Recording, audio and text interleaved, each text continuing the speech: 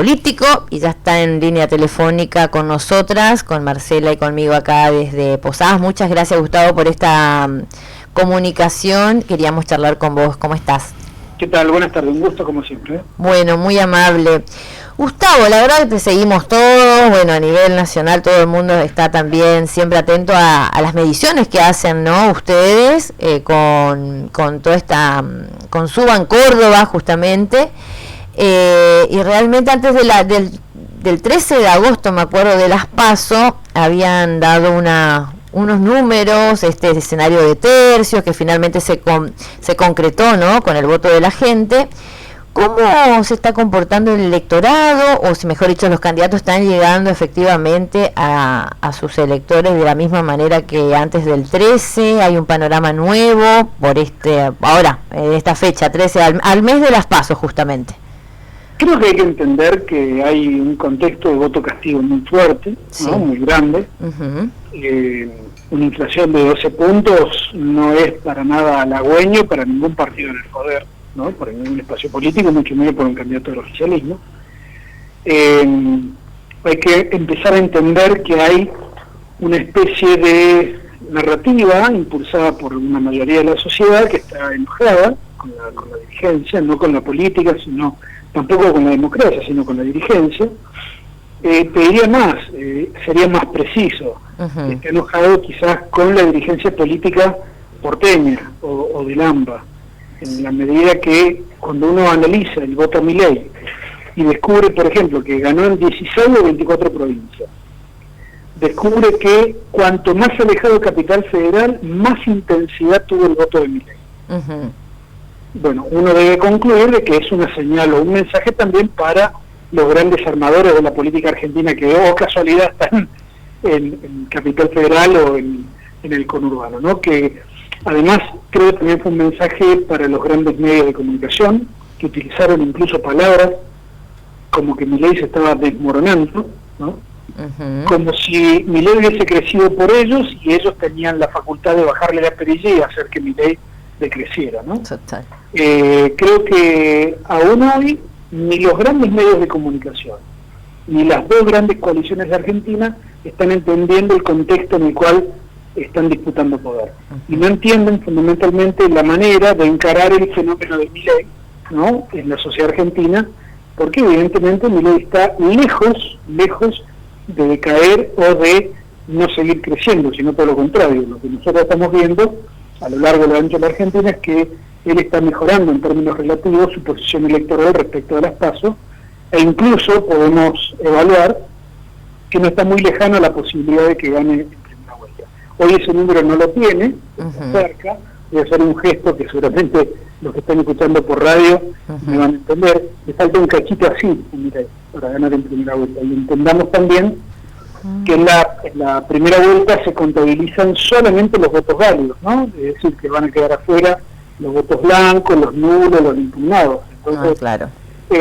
Ahí hay un detalle, ¿no? Creo que ese es el gran tema, el análisis de que el fenómeno Milei no se trata de Milei, sino de la política. Es la política la que no entiende a Milei, no entiende el contexto de la sociedad que vota a Milei, porque hay que decirlo en estos términos. ¿De dónde salieron los votantes de Milei? Salieron, no sé, de un repollo, los trajo la cigüeña, tampoco. El votante de Milei tiene dos orígenes. La mitad, casi exacta, votó a Alberto Fernández en el 2019. La otra mitad votó a Mauricio Macri en 2019.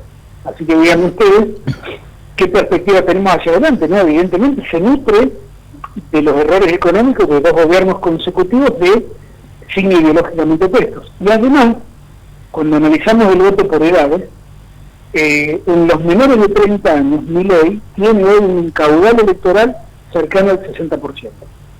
Menores de 30 años, el 60% en todo el país. ¿Y qué pasa con aquellos, por ejemplo, que no fueron a votar en las PASO, que fueron, dice que 12, 13 millones de argentinos? Allí tampoco veo buenas noticias, porque nosotros preguntamos a los que no fueron a votar si irían a votar y casi un 70% nos dijo que sí. Y cuando les preguntamos por quién votarían, un 45% nos dijo Milei. Que se quede nomás. Eso los votos. Estás hablando de Gustavo y perdón. Pensando en voz alta. Acá Marcela te saluda, ¿cómo estás? Hola, eso pensando ¿no? en la gente, en el voto en blanco y por ahí la gente que no se acercó. Exactamente, ese es el universo al cual hicimos. Y déjame decírtelo de otra manera. A toda la población en general, fueran o no fueran a votar, vayan o no vayan a votar, le preguntamos si ya tenían decidido el voto, por la positiva. 92% muy decidido y decidido. Y le preguntamos al revés, lo mismo pero al revés, si había alguna posibilidad de que cambien su voto. El 8% nos dijo que sí, el resto nos dijo. Y cuando le preguntás acerca de las propuestas que tiene ese candidato o los demás candidatos también, ¿están conscientes, o sea, saben qué propone, por ejemplo, este candidato?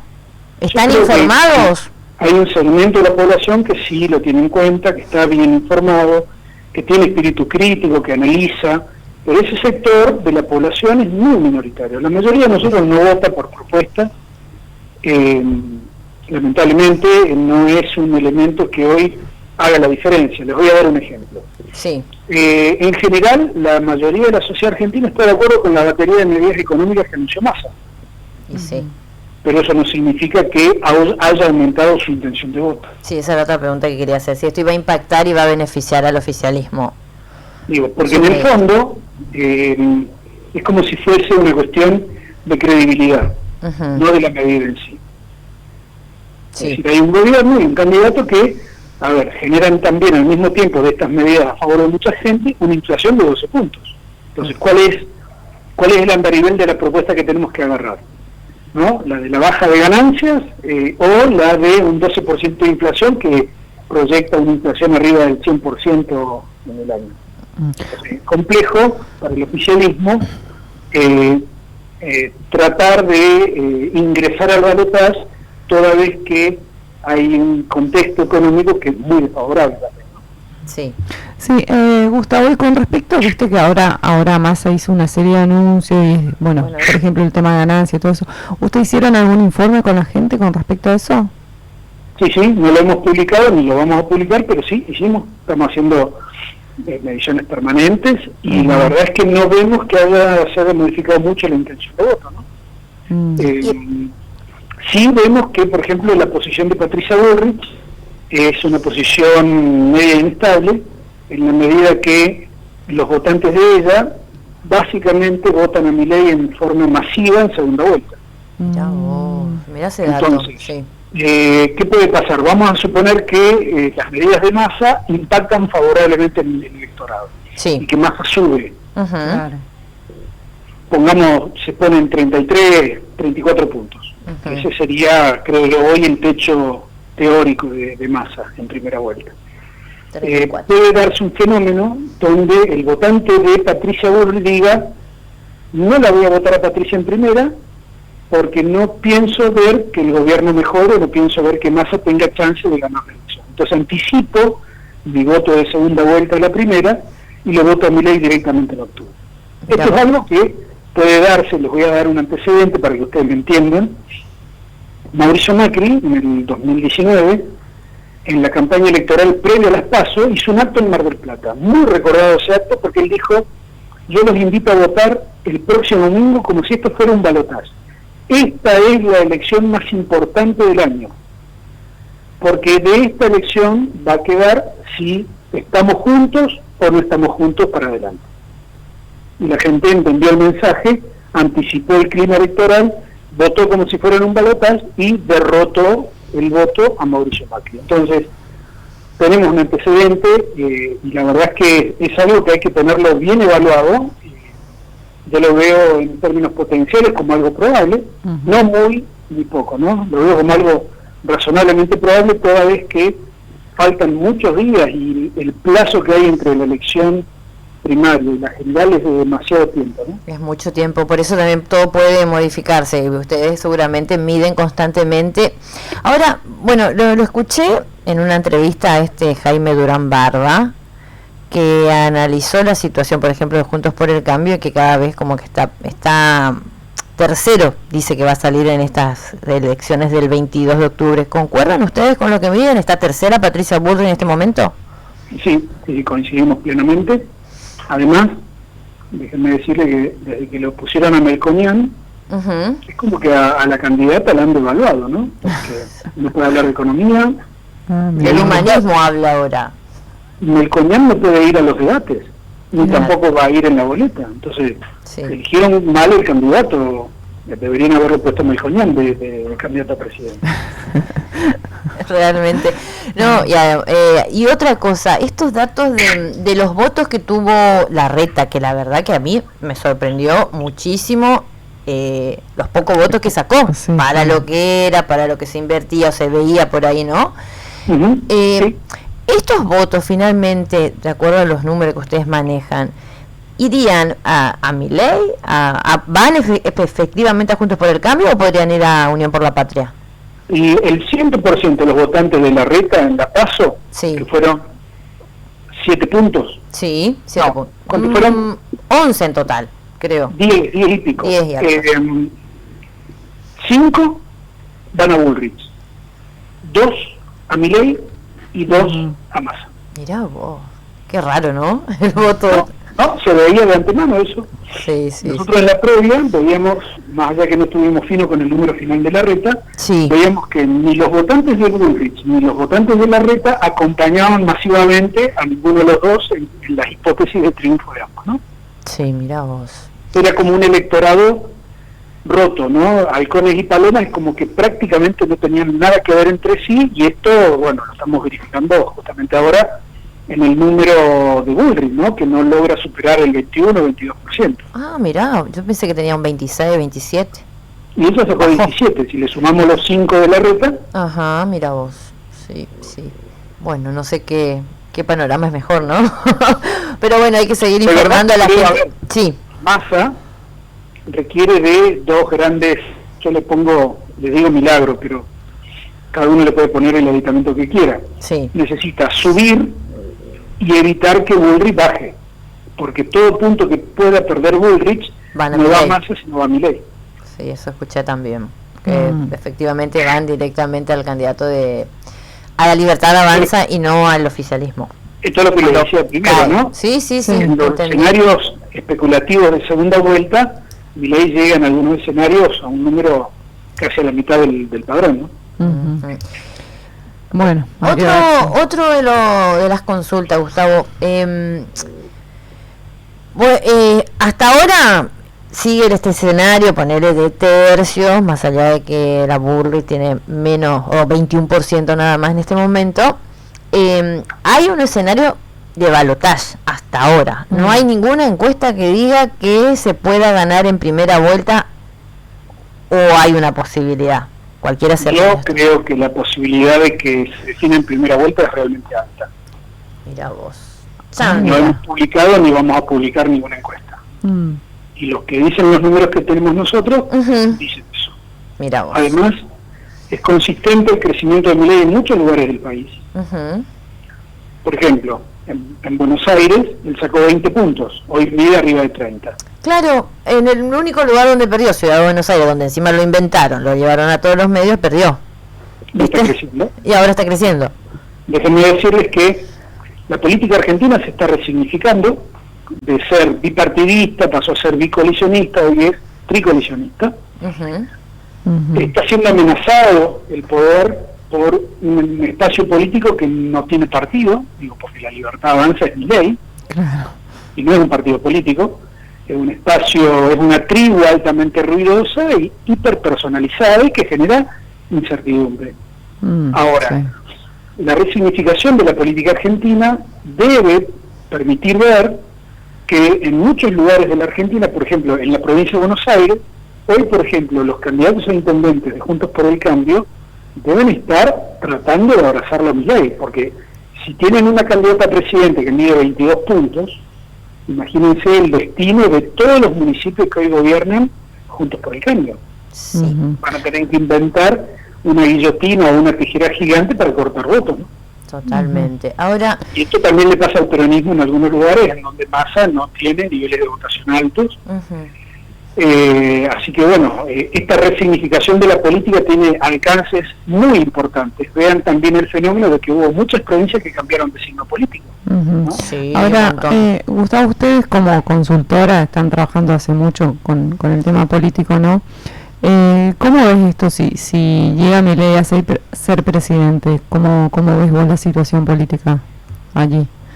Bueno, de una persona que por ahí no tiene partido, como decís. Es todo un desafío institucional, es todo un desafío para la dirigencia, un desafío también para la sociedad argentina. Ahora, la probabilidad de un triunfo de Milei en primera y en segunda vuelta no es alta, es altísima, ¿no? La potencialidad es real, no es una ficción, como decíamos el año pasado, de que decíamos, vemos un tercio para cada lado y potencialmente tenemos que incluir a Milei en el radar porque nos está apareciendo en posiciones de incluso estar primero. Hoy ya no es una cuestión de potencialidad, es una cuestión de altísima probabilidad que él gane, incluso en primera vuelta. Entonces, hay que ver, analizar cuántos legisladores va a tener Milei, cuántos senadores nacionales, cuántos diputados nacionales, va a tener una cosecha. Fíjense la paradoja, si Milei perdiese la elección, contaría con un bloque muy importante. Tanto en diputados y senadores. 8 senadores. Ahora, si es presidente, ese mismo bloque sería muy chico para gobernar. Claro, entonces, habrá que ver la capacidad de gestionar. El primer año va a ser relativamente simple para él porque puede reconducir el presupuesto de este año, pero el otro presupuesto ya va a tener que tener un andamiaje legislativo muy importante que lo apoye, ¿no? Ahora, tenemos modelos de ejemplos a nivel internacional donde, por ejemplo, Donald Trump y Bolsonaro tuvieron un proceso muy parecido al de Milei. Es decir, declaraciones rimbombantes, escandalizantes, tuvieron procesos de alto nivel de escándalo previo a la elección que los catapultó a la presidencia de los dos, ¿no? Y la verdad que parecía que iban a estar en el eterno del poder, sin embargo estuvieron 4 años. Bien, gobernaron y todo, incluso Bolsonaro perdió ahí, ¿no? Por apenas 2 puntitos la elección con Lula. Sí. Entonces, yo te diría, o les diría, no podemos subestimar para nada porque estamos viviendo un marco de extrema derechización de la política mundial, donde la Argentina no está exenta. Hay una especie de mantra dando vueltas del anarcocapitalismo que vienen a simbolizar estos personajes, incluido Javier Milei, en donde hay una parte de la sociedad que está enojada o muy enojada y que quiere de alguna manera como romper el presente, ¿no? Romper todo. Quiere romper todo, asumiendo que rompe su propio presente. Sí, es cierto. Sí, dicen que estamos mal, que podemos estar peor, dicen, y bueno, estemos peor. Algunos contestan eso, y la verdad increíble, ¿no? Algunos dicen no me importa, lo cual es un rasgo también bastante irresponsable, pero bueno, es lo que hay, es lo que se ve, y es la realidad. Lo que se verifica en los focus group, en las encuestas, en los análisis, y la verdad es que yo creo que el gran desafío aquí no es Milei, es la política. Creo que la política todavía no encontró la manera de enfrentar el fenómeno de Milei. Todavía es como que la política está esperando que la sociedad reaccione como hace 20 años atrás. El problema es que no estamos en 1999 o en el año 80 o en el principio de los 2000, estamos en el 2023. Sí, es todo. Entonces la sociedad hoy tiene parámetros de funcionamiento bien distintos. De hecho, que a Milei le voten casi masivamente los jóvenes, habla a las claras de que hay una ruptura en las identidades políticas argentinas, ¿no? A partir de una determinada edad. Esto la política todavía no lo entiende, no lo trabaja. Vean, podemos decir con mucha tranquilidad que acá en Viemo lo votan los mayores de 60 años exclusivamente. Mirá, no tenía ese dato. Mirá vos. Y los jóvenes y no tan jóvenes a Milei. Porque bueno. Gustavo, muchas gracias por esta comunicación. Esperemos que todo tu panorama no se cumpla, que no se concrete, pero bueno, vamos, todo puede cambiar y desde el escenario obviamente actualmente. Pero de acá al 22 de octubre creo que queda todavía un mes para cualquiera de los 3 candidatos, viste que esto es la Argentina y por ahí se puede modificar, ¿no? Uno nunca sabe. Tengo un cliente con el cual este año le di 3 charlas, a él y a su grupo. Y esta mañana me dijeron, bueno, la tercera es la vencida, en esta te vas a equivocar. Mira. Sí, puedes equivocarte, por favor. Estaría muy bueno. Gracias, Gustavo, muy amable. Hasta luego. Gracias. Chau. Muy amable Gustavo Córdoba, desde Córdoba, ¿no? Está en Córdoba.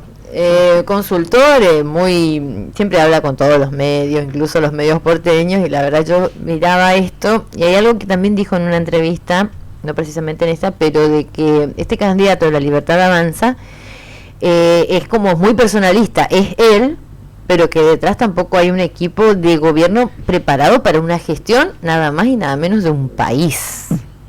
Realmente, ¿no? Por eso le preguntaba justamente si llega a asumir cómo se daría todo, ¿no? Estamos todo como una incertidumbre.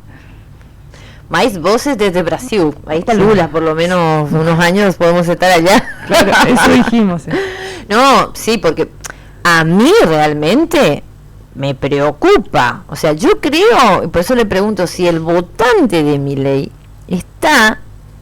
entiende o se informa acerca de las propuestas que hace. A eso voy. O ignora directamente, o no les importa nada, que que a tus padres le saquen una pensión, que no haya pensión para discapacitados, que no haya estado para vivienda. O sea, el rol del Estado tan central que para mi ley es justamente todo es malo, solamente los privados, ¿viste? Que te dicen, ¿quieres ser presidente de la nación? Asumir el rol del Estado estando en contra del Estado, o sea, para romper todo. Por eso yo digo, para mí también hay una cuota de enojo, pero también de ignorancia. Gente que no tiene idea o no se informa y que está enojado con la realidad, por lo tanto, bueno, que ser. A mí me preocupa porque vos decís, uno por ahí, o uno tiene una formación y vemos constantemente de que queremos ver al otro que esté cada vez mejor, no cada vez peor, esa falta de solidaridad, ¿no? Y que le metieron en la cabeza a mucha gente, ¿viste? Contra sus propios intereses. Por ejemplo, lo que estábamos hablando hoy, cuando el gobierno nacional toma medidas para paliar el bolsillo de los trabajadores que vivimos constantemente quejándonos, o las provincias que se quejan de falta de coparticipación, de falta de esto, de la deuda que tiene el Estado Nacional con las provincias, y viene un candidato a presidente posiblemente elegido por todos, que dice vamos a cortar la coparticipación, vamos a cortar esto, vamos a cortar, bueno, están todos de acuerdo. Dios nos libre después, ¿no? Porque así como se vio en el 2000, 2001 cosas muy feas, y más allá, como dijo Gustavo Córdoba, la Argentina no es del 2001, 2002, pero el ser humano y sus derechos va a ser siempre eso. O mirá que mañana vienen y dicen, mira Marcela Nilsson, cumplís tu tarea acá, te indemnizamos y buscate trabajo. Después de 50 años, ¿dónde encontrás trabajo? Sí, tal cual. ¿Entendés? O sea, es una situación que nos puede tocar a todos, como que nadie está exento de nada. Hacemos una pausa, 18-26 minutos en todo el país. Escuchamos muy buena música y seguimos con más voces hasta las 19 horas.